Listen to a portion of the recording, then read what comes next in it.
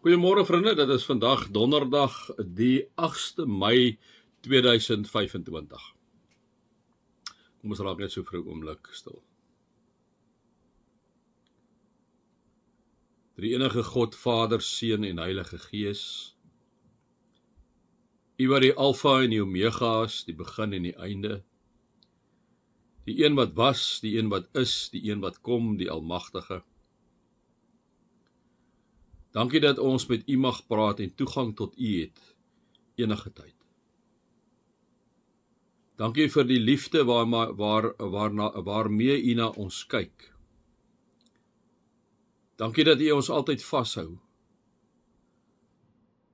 Here, dankie dat ons kan weet dat U inderdaad elke oomblik van die dag by ons is, wanneer dit goed gaan, maar ook wanneer dit minder goed gaan. Dankie daarvoor. Amen. Vriende, mag daar vir julle genade en vrede en oorvloed wees met julle God ken, Jesus ken en die Heilige Gees ken. Vriende, ons gaan aan hierso by Spreuke 22 met die tweede dingetjie. Kan jy onthou, ek het vir julle gesê, hy sê hierso in vers 19, ek onderrig juis vir jou vandag, sodat jy op die Here kan vertrou. Nee, hy onderrig ons. En dan gaan hy mos nou. Ek skryf vir jou belangrike voorskrifte neer om jou leiding te gee. En die nodige kennis sodat jy die waarheid sal erken, die woorde waarop jy kan vertrou en 'n betroubare verslag kan gee as iemand jou stuur, né? So hy onderrig hy ons. Nou ons het gister vir mekaar gesê, hy het ons gesê moenie 'n arme mens tekort doen nie, omdat hy arm is, jy moenie die hulpelose vertrap in die regspraak nie, want die Here sal hulle regspraak hanteer. En die wat hulle beroof het van die lewe beroof sy. Dit sê die Jesus, so moenie die arme mense en die hulpelose te nakom. Die tweede ding wat hy sê, moenie maats maak met 'n opvleende mens nie. Moenie saamgaan met een wat kort van draad is nie. Dalk leer jy sy maniere aan en beland jy in lewensgevaar. Nou vriende, dit is natuurlik 'n moeilike een, maar onthou ook altyd, ek sê altyd vir julle, jy's in totale beheer van jou humeur. Jy's in totale beheer van hoe jy optree. Ek sê altyd, jy kan niks doen as iets met jou gebeur. So ek en jy raak kwaad hier, né? Wat die omstandighede wil, iemand maak jou kwaad. So jy voel hierdie ding hier binne in jou opstoot. Jy voel, jy sien dit mos sommer baie keer in iemand se body language, né? Hierdie ou is nou die duiweling. Maar hoe ek en jy daarop reageer is absoluut in ons beheer. Absoluut. En ek dink ons moet dit vir mekaar sê, ek en jy kan nooit daarvan af wegstap, dat ek en jy daar in beheer is nie. So wanneer ons praat van 'n opvleende mens, moenie maats maak met 'n opvleende mens nie. 'n Opvleende mens is, hy neem 'n besluit om so te wees. Dat iets gebeur met hom, of hy geïrriteerd is, of iets op by die huis irriteer, of wat ook al, en hy raak opvleend. Dit beteken, hy kom sê sommer net vir jou klomp goed, né? So. Sorry, daar's geen verskoning vir sulke gedrag nie. Ek kan dit nie anders sê nie, vriende, nie, ek word nie verskoon daarvan nie. Ek het al dit het al 2 keer in my lewe, as ek nou vinnig kan onthou, het dit al gebeur. En daar's geen verskoning daarvoor nie. Geen. So terugkyk daar, besef ek het 'n keuse gemaak daar, ek kon dit anders hanteer het ek vies geraak, yes ek het. Kon ek dit anders hanteer het? Absoluut. So ek en jy moet 'n bewustelike besluit neem, dat wanneer ons kwaad raak, ons nie opvleend gaan wees nie. En dan sê hy, moenie saamgaan met een wat kort van draad is nie. En wat baie keer gebeur, wanneer ek en jy kort van draad raak, dan blaai ons ander mense met spanning. Dis onregverdig. En dis wat die Spreuke digter kom sê. Hy sê, ek kom onderrig jou vandag hier, sodat jy op die Here kan vertrou. Ek skryf vir jou belangrike voorskrifte neer waar ek vir jou leiding wil gee.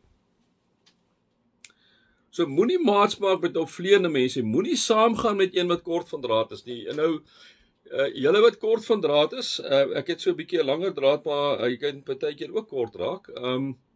Ons moet mooi kyk daarna, né? Onthou wat gebeur, jy maak mense geweldig gespanne rondom jou. En ek sê dit met my groot liefde. As jy kort van draad is en jy's opvleend, maak jy mense geweldig gespanne. En dis nie regverdig nie.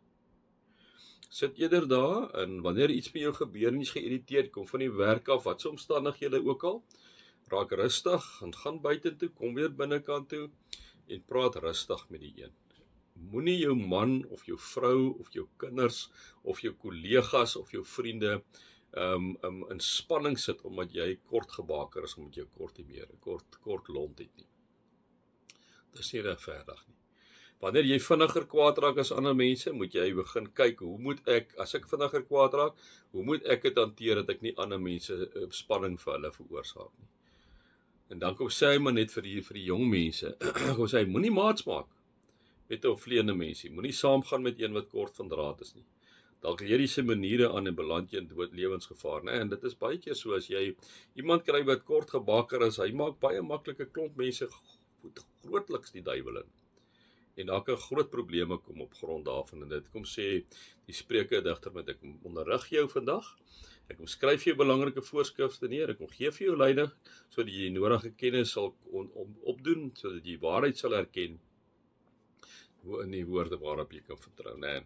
Dan sê hy maar net, en 'n betroubare verslag kan gee as iemand jou stuur, om dan nou te sê, weet jy, dit het met my oorgekom, maar ek het 'n besluit geneem.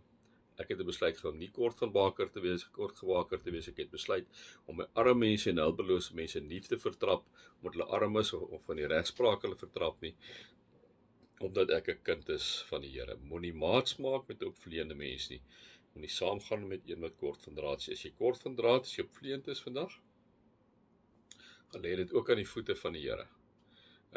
Want dit beteken maar net dat jy ander mense seermaak, in die daai oomblik wanneer jy so raak. Nou, dit help nie dan daarna elke keer ons sê ons is jammer nie. Die feit is, elke keer as jy vies raak mense gespanne rondom jou. Dis nie aanvaarbaar nie. Dis nie reg nie. En ons moet dit nie doen nie. En as jy daar is, vra vir die mense rondom jou om vergifnis, sê vir hulle jy's jammer, dit is nou 'n lang ruk of 'n kort rukkie of wat ook al wat jy nou elke keer eintlik jou gefrustreerdheid en jou kortgebakerheid op hulle uithaal. Dit is net eenvoudig nie regverdig nie. En dit moet eintlik net glad nie gebeur nie. En daarom vra ons vir die Here om ons ook daarmee te help. Dit is 'n introspeksie en dit is 'n intentionele besluit wat ek en jy moet hê om dit nie te doen nie. En onthou baie keer ook, as jy in 'n magsposisie is dit makliker om dit te doen, né? Nou maak nie saak wat 'n vlak dit is nie. Om sommer net meer te verloor of sommer net kort gebaker te raak, moenie mag misbruik nie. Die Here stel jou daar en die Here sit jou in daai posisie, moenie dit misbruik nie. Wees juist dan die een wat meer nederig is, die een wat meer rustiger is, en vra die Here om jou daarmee te help. Vriende, mag julle God se liefde ervaar, Jesus se genade ervaar en die Heilige Gees se teenwoordigheid ervaar.